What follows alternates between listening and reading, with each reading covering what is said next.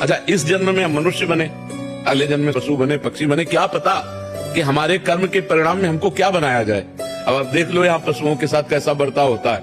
ऐसे पैर बांध दिए और नीचे से आग लगा दी, जिंदा वो आधा घंटे में जल जल के भुनता है।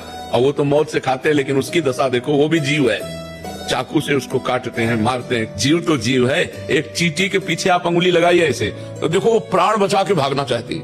एक चींटी को भी अपने प्राण उतने ही प्रिय जितने हमको प्रिय हैं। फिर इन पशु पक्षियों के साथ ऐसा बर्ताव, तो पता नहीं हम क्या बने और क्या हमारी दुर्दशा हो। तो हम ऐसे भजन करें कि हमारा जितना पाप है सब भस्म हो जाए और इसी जन्म में हम दिव्य हो जाए, भगवान को प्राप्त हो।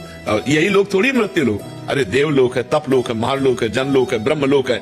हम और लोकों में जाएं, हम इसी में क्यों आए? जैसे हम यहाँ रह रहे ना, ऐसे स्वर्ग लोक है, दिव्य अप्सराएं, दिव्य देवता, दिव्य भोग, और ये सब दुर्गंध वाला काम नहीं है। लेकिन वो भी एक दिन मरेगा, क्योंकि ब्रह्मा से लेकर के तिनके तक सब मायामय लोक है। तो अगर हम चाहें भी, भोग चाहें, तो घटिया भोगों को क्यों भोगे? ऊपर वाले लोकों में चले ना, इसी में क्यों फंसे हो?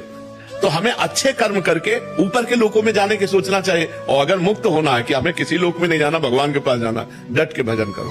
भजन के बिना मनुष्य जीवन बहुत कीमती जीवन है। देखो लिखा है, बड़े भाग मानुष तन पावा और सुर दुर्लभ सदग्रंथन गावा। सदग्रंथों ने गाया कि देवताओं को दुर्लभ है। अब बताओ देवताओं को क्या दुर्लभ है? और लिखा है, देव दुर्लभ देहि दुर्लभो मानुषो देहो।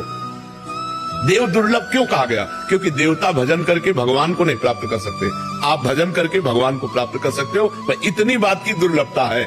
अगर ये दुर्लभता नहीं प्राप्त की तो तिनते खरसूकर स्वान भले। क्यों? क्योंकि वो अपने कर्मों को भोगकर ऊपर उठ रहे हैं और हम ऊपर से अब नीचे गिर रहे हैं। मनुष्य शरीर सबसे ऊपर है, 83,99,999 योनियों के बाद ये मनुष्य शरीर है। अगर तो है नहीं तो हम चूके ना, हम ऊपर की तरफ इससे बढ़े। अगर हमारा मोक्ष ना हो, तो जैसे गीता जी में लिखा हुआ है कि जो मेरा भजन करने वाले हैं वो नष्ट नहीं होते। अगर आप किसी विषय के प्रेम में भगवान की प्राप्ति नहीं कर पाए, भजन कर रहे हैं, मान लो आप विषयी पुरुष हो और भजन कर रहे हो, तो आपको स्वर्ग ले जाया जाएगा, वहां के दिव्य भोग भुगाए जाएंगे, और फिर मृत्यु लोक में श्रीवान कुलवान धनवान के यहाँ जन्म होगा, और फिर भजन का योग मिलेगा, और फिर आप मतलब आपका अमंगल हो ही नहीं सकता। भाव कुभाव अनख आलसहु नाम जपत मंगल दिश दसहु। दसों दिशाओं में आपका मंगल होगा। इसलिए भगवान की प्राप्ति करना मनुष्य जीवन का परम लक्ष्य है।